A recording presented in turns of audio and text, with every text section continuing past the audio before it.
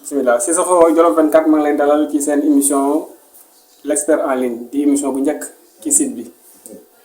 waaw ñu ngi lay fay Abdou di fay waa internetu Jolof 24 yëpp di kontaan di dal ci seen émission l'expert en ligne xam naa dañ maa dalal ci émission bi rek mais man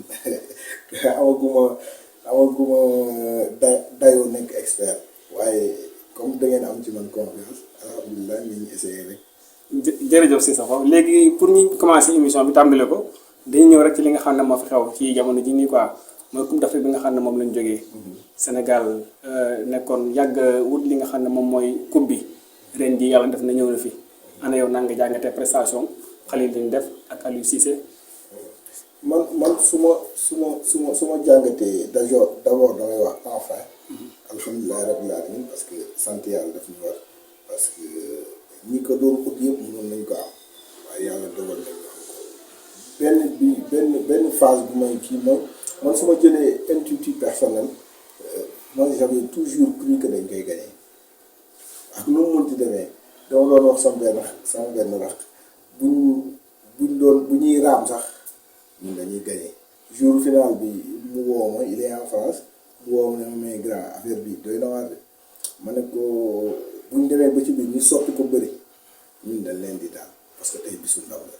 ma ne ko buñ demee ba ci biir ñu def ko handball wala basketball ñun ñooy gagné parce que bisu ndaw la mu réyee ba sonn waaye man loolu laa gëmoon beneen bi si waaw loolu fan nga ko teg maanaam la fan nga teg ne moom ñu war a gagné fan laa teg nii dañuy gagné mooy ci loolu laa doon ñëw mooy dañu am un parcours de champion dañu gis ni kii yu mag yi compétition yu mag yi li ngay gagné yëpp dañuy am parcours bu mel noonu bu ñu jëlee Copa America bi passé l'Argentine bu Lionel Messi dañu soox ils se sont un peu cachés derrière leur prestation ba ñu yeggee final contre le Brésil pays organisateur mu gagné beneen bu ci topp mooy l'Euro ba Euro bi di démarrer personne ne pensait que ni Italie dafay gagné et Italie ñëw nekk une équipe pragmatique pragmatisme boobu amoon ci Italie moom laa gis ci Sénégal beneen grande compétition ci football bi am mooy Ligue des champions ki ko mujj gagné mooy Chelsea FC fi nga xamante ne kii moo ko nekk seen góor bi di Edouard Mendy Chelsea daaw ci période bi personne n'a pensé que Chelsea dafay gagner mais ils ont avancé lentement mais sûrement ñoo ko gagné beneen bi dañuy dem ci dernière coupe du monde la France personne n'a pensé que daf koy gagner mais ñu ñëw def premier tour bu yamambaay boo xam ne boo ko comparé ak suñu gaynde yi li ñuy def premier tour c'est presque c'est à la limite pareil ñu génn deuxième tour ñu gis leen ñu yéeg ñu monter en puissance et j'ai même écouté benn analyste français muy Pierre Menez mu ne si après huitième de finale mu ne je sens quelque chose chez cette équipe du Sénégal ñu dem football suñu quart de finale mu ne elle ressemble de plus en plus à la France de 2018 et donc tout ça ma gis ni et aussi beneen bi ma gis sur le comportement des jeunes on a senti une équipe soudée on a senti une équipe solidaire mais on a senti une équipe mature très mature quand les jeunes te disent que non ñu duñu féete même suñu qualifié en finale parce que dañ jàpp ni on qualifié finale du performance pour nous parce que bee passe dañ demoon finale ñu gagné ñu donc c'est quelque chose que j'ai eu confiance quand j'ai entendu des jeunes comme Abou Diallo c'est quelqu'un qui est né en France ba mu ñëwee Sénégal 2019 mooy première fois mu ñëw Sénégal même si ses parents sont d'origine sénégalaise mu ñëw c'est lui qui est allé chercher ses papiers moom moo dem ut passeport sénégalais moom c'est lui qui est venu vers le Sénégal mu ñëw mu am un engagement il faut pas oublier que équipe nationale France espoir c'est-à-dire l'antichambre de l'équipe nationale moo nekkoon seen capitaine il est là pour s'engager au Sénégal ñu gis ko si biir terrain il s'engage même plus que ñi nga xamante ne ñu ngi et ce qui a le plus alerté les gens mooy son discours bu mu tenir après les quarts de finale.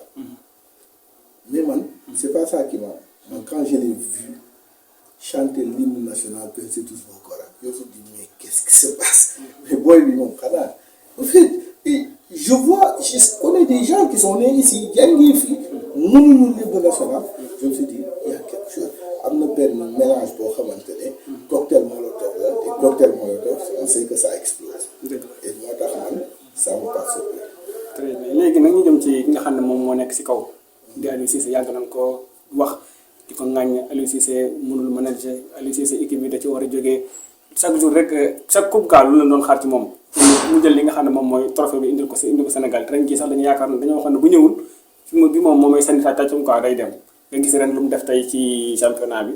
ba sax na sax boo seetaanee réseaux sociaux yi au niveau Afrique gars yi ñu ngi prôné nañ jël entraîneur la koy quoi ñu yëpp leen kii quoi promouvoir yow loo wax ci moom. Aliou Cissé lu nit bañ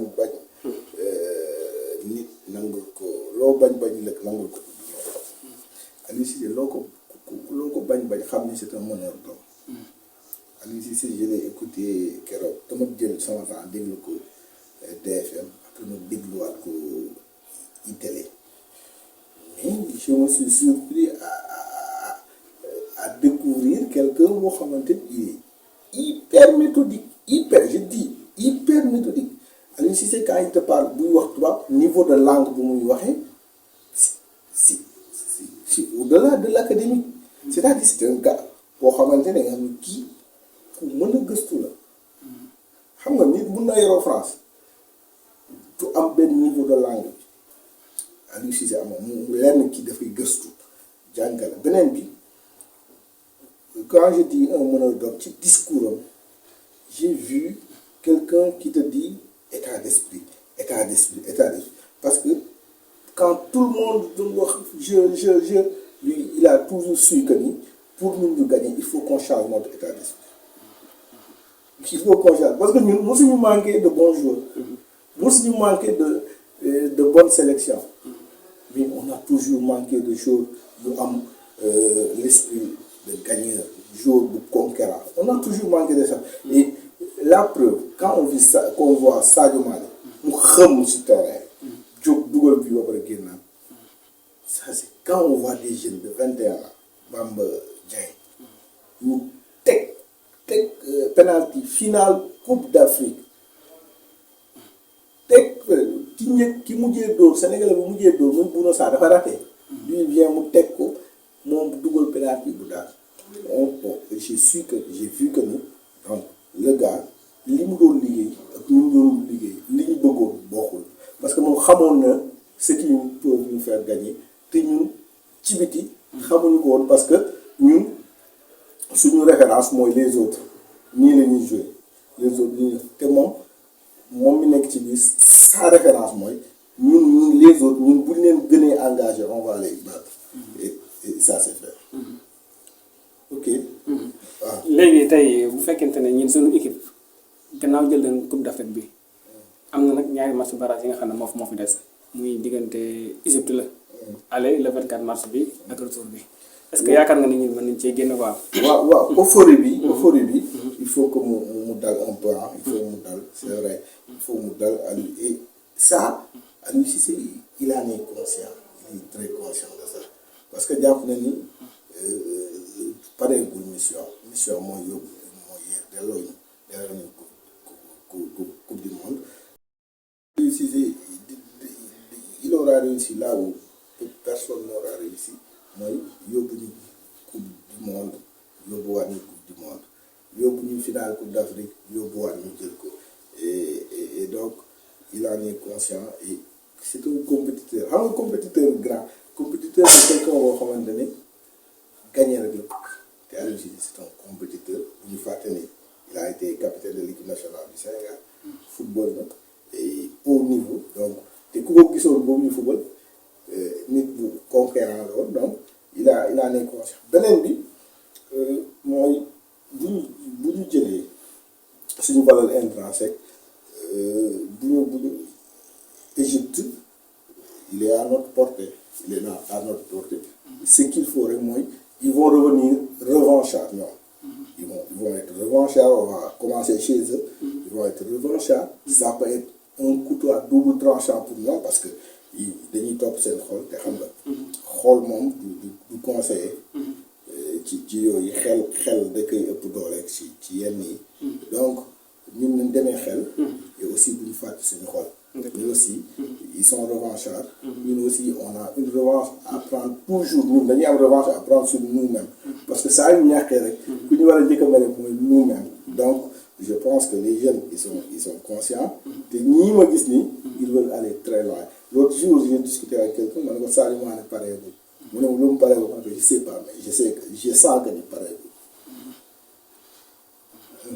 léegi nag bu fekkente ne xam nga ñu ñëwaat rek ci li nga xam ne mooy compétition ba léegi amoon fii mooy coupe d'Afrique bi.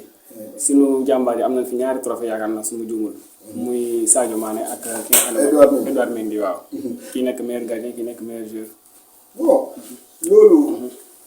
bett ma Sadio. dafa boot équipe bi comme on dit même suñu li nga wax. dafa boot équipe bi. jël l'équipe à son compte. et Sadio. dañ ko doon kii nii dafa manqué mental cette fois-ci. il a été au-dessus parce que gis naa ñu naan non Aboubacar Sadio Mané personnalité bu mu wane ci CAN bi performance yu mu wane ci CAN bi humilité bu mu wane ci campagne bi je pense que ni c'était lui le meilleur joueur de la CAN et au-delà de cette CAN actuellement c'est le meilleur joueur africain. Edouard Mendy bon c'est normal. c'est le meilleur gardien du monde. àdduna bi ñi fiy jàpp bal moo leen daa ko jàpp bal.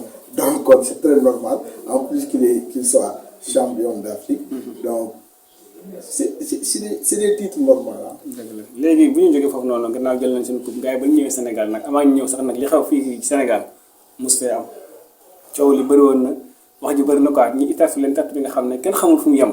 mu am kii quoi mu amoon ambiance fii ci kii bi yow nan nga jàngatee tartu ndax diñ na son non wala amoon na fay demee nenn du nii nii. non je pense que du point de vue mondial ñëpp le monde c'est le monde a été ému par la joie des Sénégalais. non le monde a été ému par la joie des Sénégalais parce que il faut rappeler c'est une première fois. xam nga suñu mag yi suñu tonton yi bu ñuy wax dañ naan 86 waaw côté on s'est continué mais gagné wuñu génn jëluñu deuxième tour premier tour lañ toogee bu ñu jógee foofu on nous parle de Algérie 80 man sama génération Algérie 90 lañ commencé. cette année avec les Mamadou Mariam Diallo avec les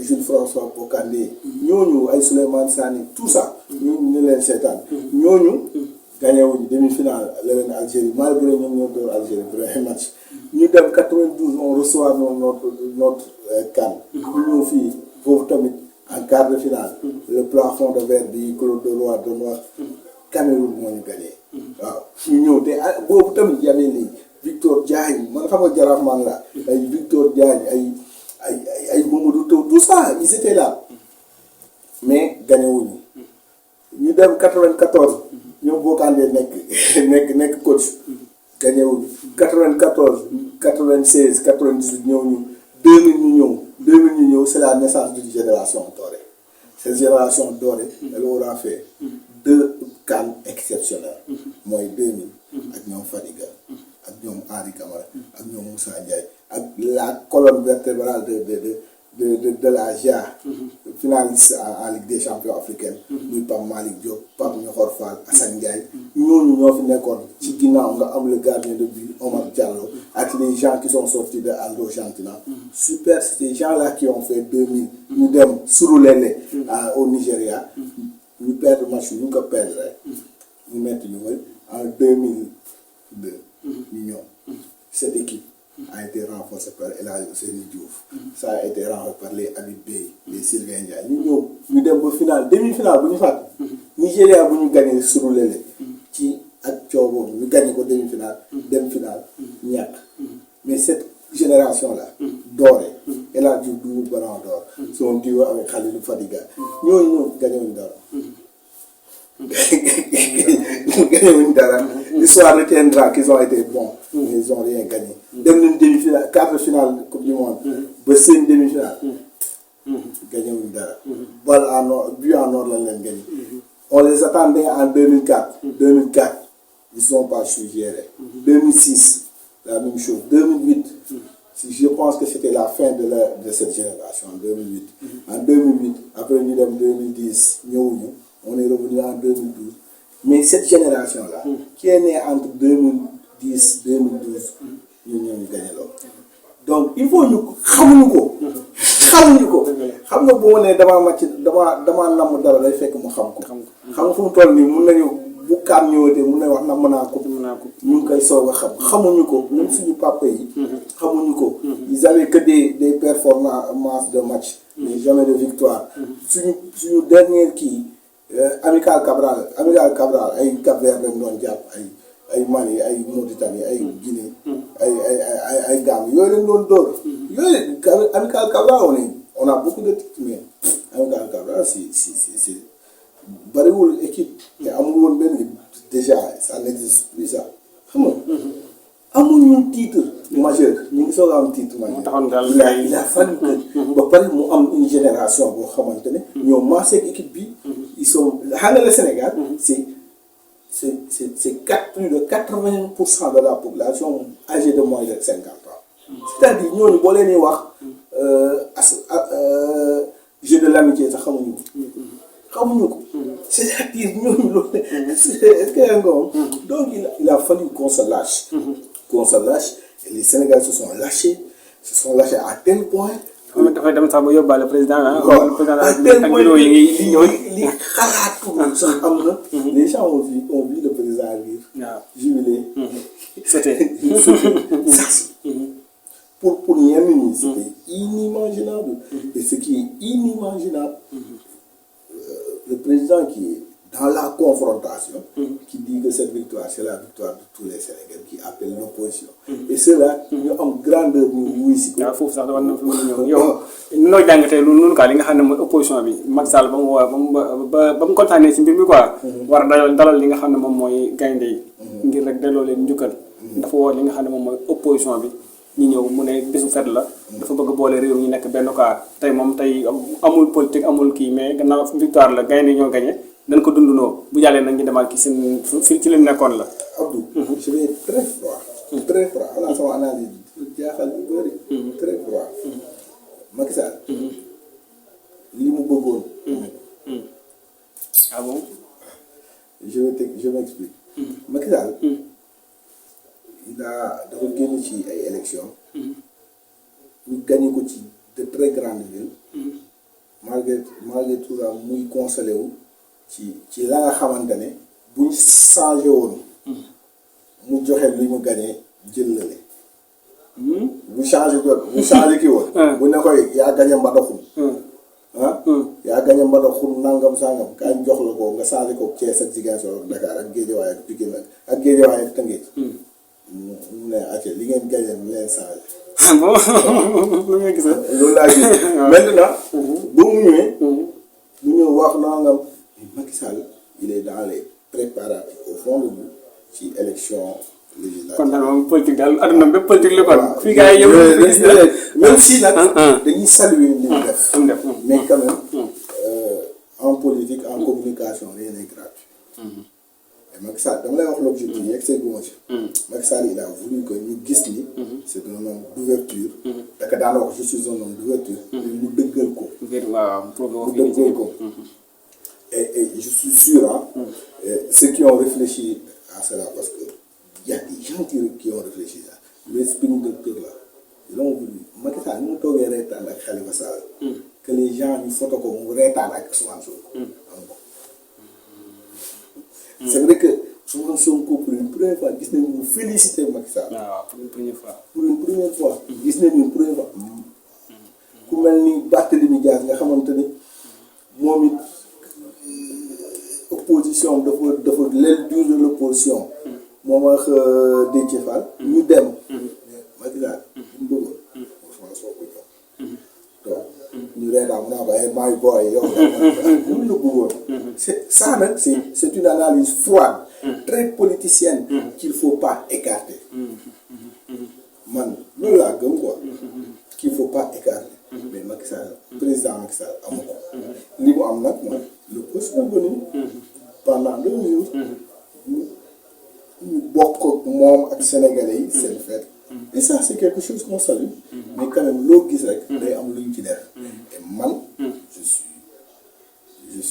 je dis tu vois dama ñaaw njort ba nga xamante ne homme politique homme public duma ko lu mu def je dis d'abord c'est pas gratuit j'analyse maintenant nag lu ko neex moom la expliquer léegi ñëw bi nga xam ne Sonko moom ñëw ko moom yow noo ko jàngate Sonko lu tax ñëw ko bon ñàkk ñëw Sonko je vois que ni déjà waa Yewwi Askan Wi ils sont hyper bien organisés ils sont hyper bien stratégiques waaw parce que analyse bi ma def nii si seen biir def nañ ko parce que mu neex leen mu naqari la locomotive de cette coalition de l'opposition sénégalaise c'est Ousmane Sonko le maire de Ziguinchor xam naa neexul ñu bëri mais c'est ça c'est le maire de Ziguinchor et c'est la locomotive de l'opposition sénégalaise c'est l'opposant majeur de Macky Sall loolu moom maintenant nag ñoom dans leur stratégie ils se disent ok le gars c'est ça qu'il veut il veut que Ousmane Sonko ñëw et my boy yow nangam sangam on va pas lui offrir ça waaye nag dina am lu comme daf ñu tàllal dara dañuy mariage dama lay may 7 nga rayee 8 fi ma mun a rey ak sama aas loolu la quoi waaye di nag dafa maye 7 ñu jox ko 7 mu rey c'est-à-dire je minimise pas ceux qui sont allés mais l'envergure actuelle de Ousmane Sonko c'est autre chose donc et dans ci rafetal ñoom ñaar ñëpp rafetal nañ mais je dis que Yewwi Askan Wi ils n'ont pas été dupes dëgg la léegi bu ñu jógee foofu noonu Macky Sall sa ëllëg sa jox na leen rendez-vous di leen def nag ay prime jox na jour bu nekk 50 millions terrain 200 mètres carrés Dakar terrain 500 mètres carrés fële si jam ñaañu prime yi noonu yow loolu doy na joueurs yi wala mënoon na koo gën a yokk wala bëri na la nga si jàngat. man je dis une chose xale yi li ñu leen wax li ñu leen jox nañ ko jël plus si côté reconnaissance que côté pécuniaire nañ ko jël plus parce que ils ont li ñu leen jox dañ koy fayeeku si par semaine lu ko ëpp ils ont pas besoin c'est des milliardaires yooyu may millions Sadio Mané il touche entre 9 et 10 milliards par année Macky Sall amul loolu Macky Sall amul loolu les jeunes là ils sont hyper riches ñu xam ko ñu bañ ko xam les jeunes là ceux qui font courir les gens là ñu bëri nga xamante ni xaalis moo leen tax di daw politique là je pense que liñ leen kii man je dis liñ leen jox daal su leen joxoon ku nekk 1 milliard je dirais que baax na parce que aussi président bi di def Moussa wax benn wax boobu ñoom Mame Maty Meng j'étais jeune ñoo gagné coupe d'Afrique basket mu ne leen ko am lu rëy ku def lu rëy am lu rëy ñoom ñii je dis pas lu rëy lañ def mais lu rëy lañ def il mérite lu rëy maintenant man ce qui li ma metti rek mooy quand des ministres de la République bokk si ñuy jot le privé nañ bokk délégation officielle Matar Ba ak Abdoulaye Seydou Sow waruñu am 50 millions di am terrain waruñu ko am il faut que nit ñi gore quoi il faut que nit ñi gore ils ont pas joué bu ñu demee def ay prospection seen liggéey la c'est des ministres de la République le mérite revient aux joueurs mais au staff technique je suis d'accord man lu ma d'accord que des ministres de la République ñuy taxaw décoration yi je suis d'accord mais que ñuy jël 50 millions wala ay terrain man c'est ça qui ma daf ma metti quoi pour man par exemple Abdoulaye Sow garaawul quoi mun na ma bañ a bett mais Matar Ba venant de lui daf ma bett parce que Matar Ba c'est quelqu'un que moi je respecte énormément sérieusement c'est quelqu'un que man je respecte énormément et je pense que loolu noonu moom moo ko ëpp moom Matar moo ko ëpp parce que Matar Ba c'est quelqu'un de j'aime son style sa manière man toog naa ak moom c'est un monsieur très ouvert d'esprit ku doylu ku nite moo tax moom bu doon maay moom nag du man xam nga suñu sëriñ Babacar Sy day wax ni balaa ngaa xalab Firawna bàyyil ba toog ci siis ba mu toogoon peut-être su ma fa toogoon je ferai pire que lui mais bu doon man fi ma toll ñu def ma loolu. mais est-ce que moom confirmé ni jël na quoi xam nga dañ ko annoncé. non dañ ko boole. ci 52 personnes.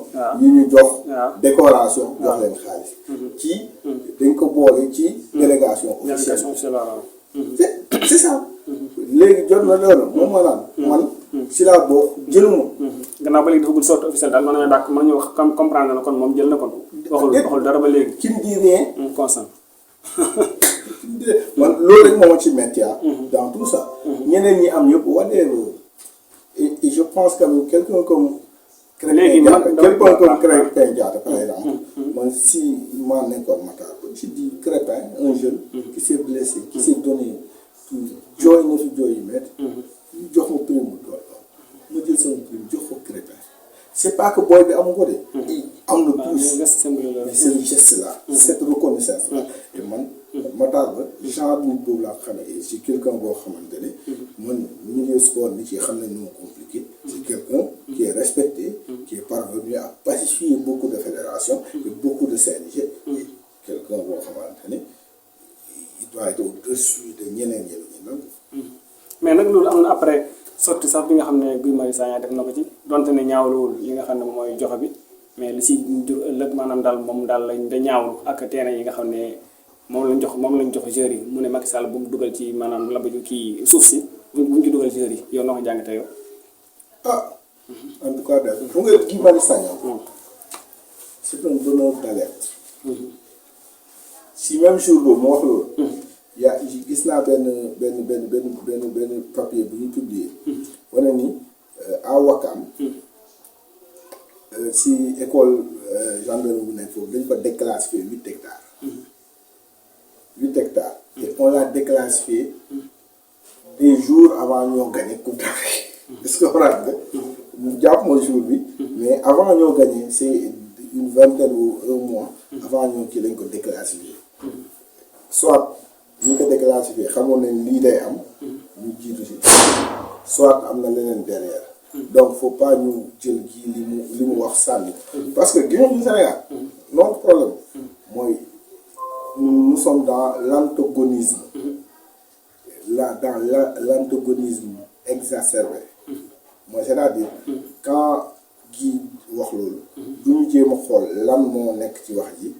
pour xool nan lañ koy jëriñoo. mais dañuy xool kan kii wax la ñuy xool mais dañuy déglu lu muy wax. bon j'ai vu des gens di dire non waxal ci salle. mais attends Guy d'abord man personnellement. li may wax. kenn du ma ko tànnal.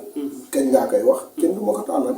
et ça je l'accepte de Guy day wax ci Saliou di wax Saliou Diallo. lu tax ci dëkk Saint-Louis ñu nga waxal ci Saliou parce que Guy moo dëkk Casamance. pourquoi ça.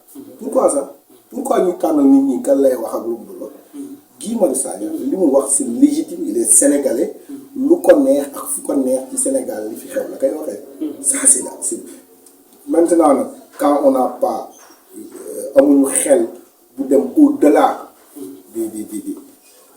des accrochages la ñu gis mais quand on peut se lever au-dessus xool ni kii kat wax ni lii moment bu mu ko waxee peut-être metti na moment bu mu ko waxee yafee ñëpp dajaloo ñu quand même li mu wax buñ ko dàq yaa xëy nañ ko jël xool li ci baax ñu jël ko il partout Sénégal le problème mooy nit ñi kii wax la ba man su ma waxoon parce que dama ñaaw soo ma toogee nii kenn boo dee moo wax si Matar Ba kenn day taxaw saaga man day or que ni du déglu pourquoi ma wax loolu a dit ça d'autres personnes ont sorti un papier bu légal buy wane ni am na lu ñu léegi pourquoi ñu délocaliser avant ñu dindi loolu avant kii avant CAN bi pourquoi ñu def ko dañu xamoon nañu gañ xamuñu ko woon donc lu tax ñu def ko donc li mu waxoon c'est pas légitime foofu maintenant ñii xale yi bërgi dem lañ judd dafa guñ fi lu leen di sikkee wala boog liñ leen di nawee rek lañ fi def bu ñu yàq seen der buñ leen takkal ci lu ñu dugalul seen loxo. dëgg la waaw. Cissokho ñu ngi lay jaajëfal bu baax a baax émission bi jeex na la mooy sa kàddu bu mujj. sama kàddu comme ni ma démarré mon problème mooy le nom de l'émission là. Je pense que aw ma dayoo nekk expert quoi. loolu rek mooy sama kii. je le dis. da ngaa woyof rek mais ñi nekk yoo xam nañu la. humilité la. non du problème d'humilité et ça c'est sincèrement tollooguma fu may nekk expert. et li ma wax aussi. peut-être am na ay yoo xam ne mën na heurter nit. ñu xam ni dans le cadre de bien faire et aussi ñu xam ni on n'est pas dans Sénégal jëm kanam rek moo ñu yëkkati. Sénégal jëm kanam et comme union bu am ci victoire des Lions. union boobu kon ne di am. te aussi Sénégal jëm kanam avancé Jolof 24 nekk ca kaw a kaw. jërëjëf merci beaucoup. jërëjëf Abdou.